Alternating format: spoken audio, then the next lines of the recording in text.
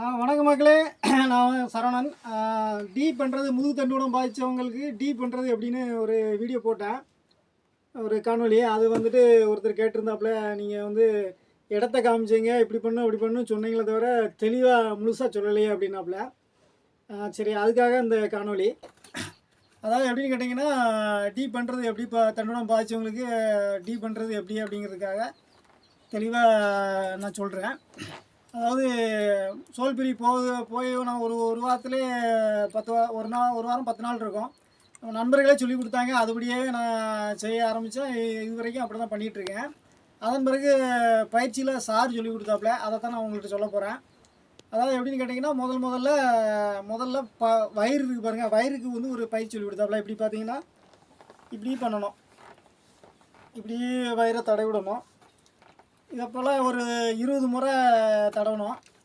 20 முறை தடவிட்டிங்கன்னா இது ஒரு பயிற்சி தான். அதாவது நம்ம மலத்தை வந்து இங்கே இருக்கிற மலம் வந்து இப்படி வெளியே வர்றதுக்காக உண்டான பயிற்சி தான் இது. ஒரு 20 முறை அப்படி செய்யணும்னு சொன்னாப்புல. அது செஞ்சு முடிச்சுட்டு அதன் பிறகு உங்களுக்கு கையில் வந்து விரலில் எந்த விரல் உங்களுக்கு வசதியாக இருக்கோ அந்த விரலை பண்ணுங்கள். ஆனால் இந்த வந்துட்டு ஆள்காட்டி விரல் வந்து உங்களுக்கு வசதியாக இருக்கும்.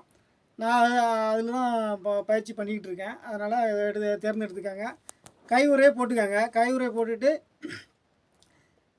எண்ணெயை தடவணும். இதில் எண்ணெய் தடவிட்டு அப்படி நம்ம ஆசன வாயில் வச்சு இப்படி பண்ணணும். அதாவது எப்படின்னா, எண்ணெய் வந்து என்னென்னாலும் பயன்படுத்தலாம், தப்பு இல்லை. ஆனால் விளக்கெண்ணெய் வந்து கொஞ்சம் வசதியாக இருக்கும்.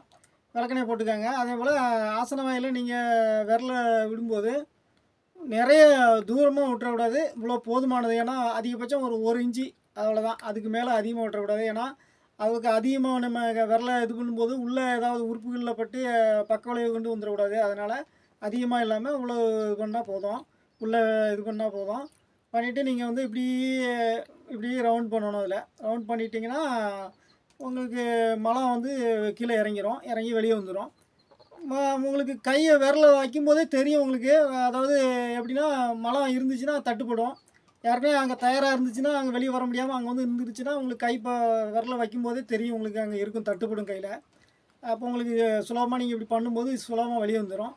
சில நேரம் வந்து நம்ம பயிற்சி பண்ண பிறகு தான் வெளியே இதாகும். இதை போல் இதுவும் ஒரு 20 எண்ணிக்கை வச்சுக்கோங்க. அப்படி ஒரு 20 முறை அப்படி ரவுண்டு பண்ணுங்கள். ரவுண்டு பண்ணிங்கன்னா உங்களுக்கு மலம் வந்து வெளியே வந்துடும்.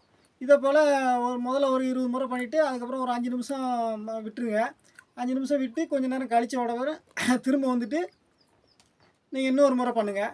இப்படி 2 முறை தான் பண்ண சொல்லலாம். முதல்ல 20 முறை பண்ணிவிட்டு அப்படி விட்டுட்டு ஒரு 5 நிமிஷம் விட்டுட்டு அதை திரும்ப ஒரு 5 இடம் விட்டுட்டு அதுக்கப்புறம் கொஞ்சம் நேரம் கழித்து பண்ணிங்கன்னா இன்னொரு முறை ஒரு 20 டைம் அப்படி பண்ணிங்கன்னா 2 முறை போதும், அதிகமாக பண்ணக்கூடாது அப்படின்னு சொன்னாப்பா சார். ஏன் அப்படின்னு கேட்டிங்கன்னா, அதிகமாக பண்ணோம்னா உங்களுக்கு அந்த இடம் வந்து பாதிப்பாக வாய்ப்பு இருக்குது. புண்ணு இல்லை வெடிப்பு அந்த மாதிரி வர்றதுக்கு வாய்ப்பு இருக்கிறதுனால யாருக்குன்னே அது ஒரு இது தானே, நம்ம உணர்ச்சி இல்லாதனால தெரிய மாட்டேங்குது. இருந்தாலும் அது நல்லா இருக்க ஆளுலாம் பண்ண முடியாது, வலி தெரியும் இல்லையா. வலி தெரியாதனால நமக்கு பிரச்சனை இல்லை.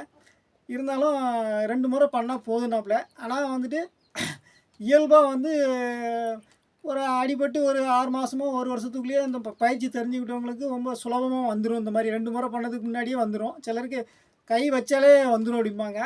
அது இன்னும் சிலருக்கு கை வைக்க தேவையில்ல. அந்த சும்மா கையை விரலை உள்ளே விடுறதுக்கு முன்னாடியே இப்படி சும்மாவே எண்ணெய் போட்டு இப்படி தடவினாலே வெளியே வந்துடும் அப்படிம்பாங்க. அதெல்லாம் வந்து மலக்குடல் நல்ல கண்டிஷனில் இருக்கவங்களுக்கு அப்படி இருக்கும். மலக்குடல் கொஞ்சம் கண்டிஷன் சரியில்லாதவங்களுக்கு எப்படியும் உங்களுக்கு இந்த மாதிரி பயிற்சி பண்ணி தான் வரும். அதுவும் 2 முறை பண்ணியும் கூட சிலருக்கு சரியாக வராது. எனக்கெலாம் அப்படி தான். அப்போ நான் இன்னொரு முறை கூட பண்ணுவேன். ஏன்னா நமக்கு மலம் சரியாக போகலன்னு வைங்களேன், அப்போ வீட்டில் ஃப்ரீயாக இருக்க முடியாது. மனசு ஒரு மாதிரி சஞ்சலப்பட்டுக்கிட்டே இருக்கும் இல்லையா, அதுக்காக. அதே போல் இதை வந்துட்டு எப்படின்னா, சிலர் மின் பக்கமாக பண்ண முயற்சி பண்ண வேண்டாம், அது நல்லா இருக்காது.